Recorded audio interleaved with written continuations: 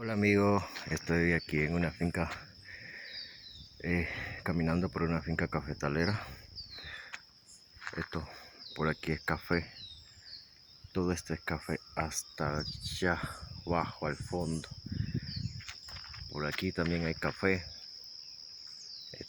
Había café grande pero la cortaron y ahora están sembrando café. Hay café pero pequeñitos. Esto,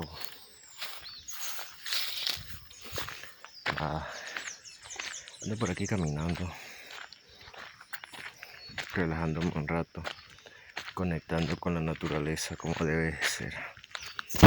Así que, bueno, saludos y bendiciones para todos ustedes que me ven. Te invito a que me sigas. Y bueno, y eso. Bye.